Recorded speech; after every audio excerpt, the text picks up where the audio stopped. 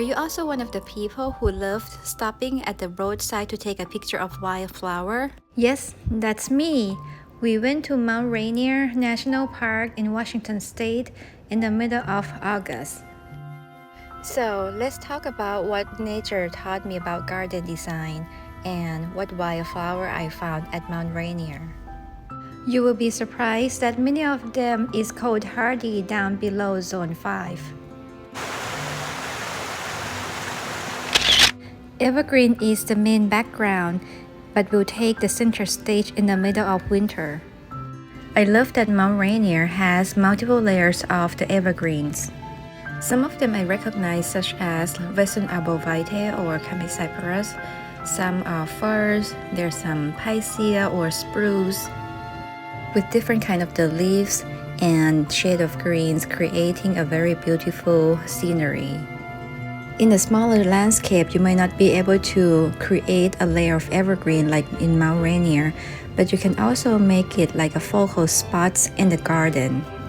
By choosing the different kind of the evergreen, different green color, different shape, can help create the interest, especially in the winter. Instead of conifer, there is also heather, which is another small shrub evergreen. This variety is called hardy down to zone 6 and it is about 1 to 2 feet tall. It really looks like a ground cover, but this takes some time to grow. And there are a lot of variety that called hardy down to zone 5 and also different kind of the size as well. Once the flower age, it turned into this dry flower that remain attached to this evergreen, create an interesting look for this plant.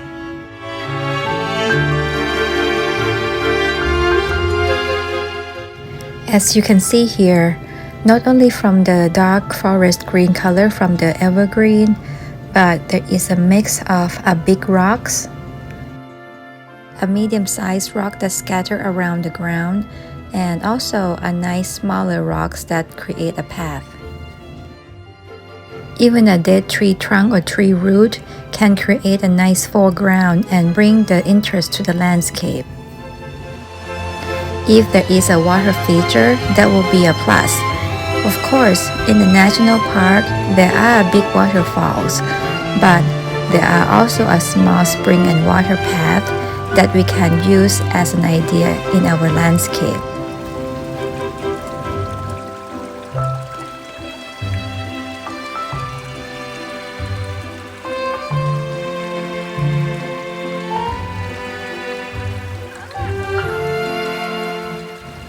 If you think the water feature is too much or is too big for your landscape, you can also use a gravel to create a walking path and surrounded by a bigger rocks that also create the interest and draw your eye along the path.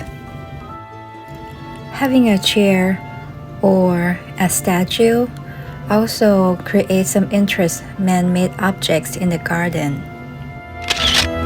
If you want to visit Mount Rainier National Park to see wildflower, in most year, many flowers will start blooming by mid-July, and by the 1st of August, the meadow will be very impressive. I have to say it was gorgeous, even I couldn't be able to see any lily at all. Yes, what you heard is correct. There is an avalanche lily, tiger lily, or glacier lily in the national park. When I first saw Pearl Everlasting, I was about to scream, is it real? Is somebody was planting this, or this is really Mother of Nature is planting this? Because this is one of the plants that I have been trying to do seed sowing. But with my work schedule, either I work 5 days, 7 days, or even 12 days straight, it is difficult for me to hardening my seedling off. So I'm super excited to see it. The pinky orangey flowers is actually a spirea. I never thought about to have white interplant with this color, but you know what? White can go with any colors, right? I think the color is more brown because it's aged. The fresh one is more rosy pink. This spirea hold hardy down to even zone 3.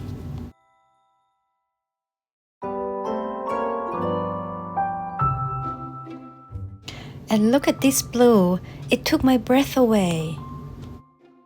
Once we got home, I got a catalog from the Blue Stone. I found there is a bottle gentians that cold hardy down to zone 3. I've got to get this plant. Beside the sapphire blue flower, there are also pastel purple aster. This aster is about 2.5 feet tall. It is not cold hardy down to zone 5. Usually their native range is in Washington State, Northern California, or Oregon. I love to see this patch of purple. I look at the Mother of Nature arrange the yellow leaf with the purple flower. Or between purple flower and yellow flower also. Another pastel purple aster is Alpine aster. This is about only 1 foot tall.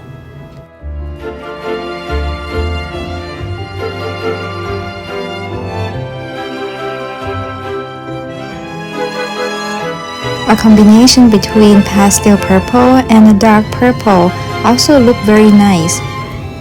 I'm surprised to see the lupine bloom at the same time with aster because most of the time lupine bloom in spring and aster bloom in fall.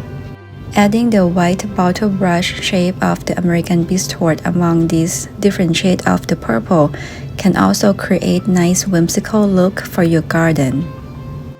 This inspired me to buy more white filler flower for my garden.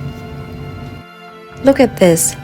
By adding some small yellow flower among white and purple, also not a bad idea. Look at this interesting feather-like seed head from pastel flower that bubbling here and there among the grass. I should have bought it from my local nursery. I will try to get it next year. Having some ornamental grass can also be another idea that can create a whimsical look for your garden.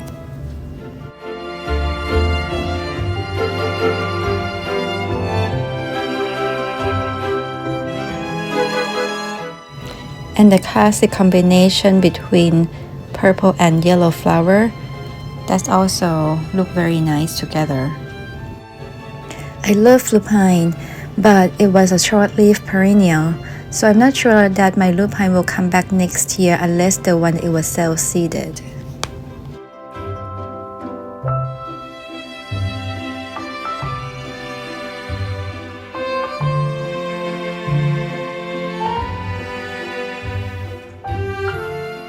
I really like this kind of the flower that have a small florets attached to the stem, create like a triangle flower looking. This one is called flower weeds with pink flowers.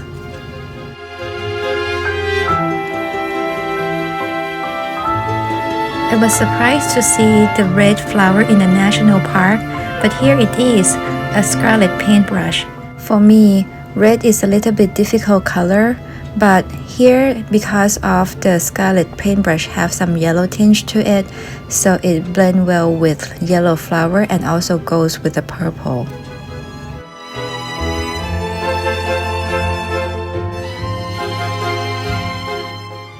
And look at this, isn't it look interesting? It's called false hellebore. I don't know if I like the flower though, but I think it creates some interesting accent to the garden. But the most thing that I like is actually a foliage. Once in a while, if you have a big leaf among the tiny foliage or the tiny flower, I think that creates an interesting look for your garden. And this plant also has some chartreuse color, which I love, and it go along well with purple. Foliage also another important thing that people often forgot about it.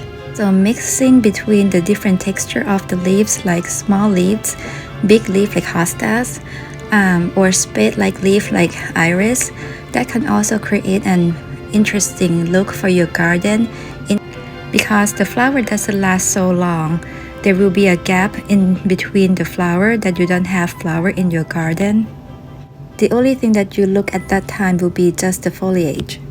Different color of the leaves also helped. Laura from Garden Answer often say to mix between the green foliage, red, yellow, and blue. That also can create an interesting look for your garden when you wait for the next cycle for the flower to bloom. Here's the end of the video. I hope you like it. If you like it, please don't forget to click like and subscribe to my channel. I will see you next time. Bye!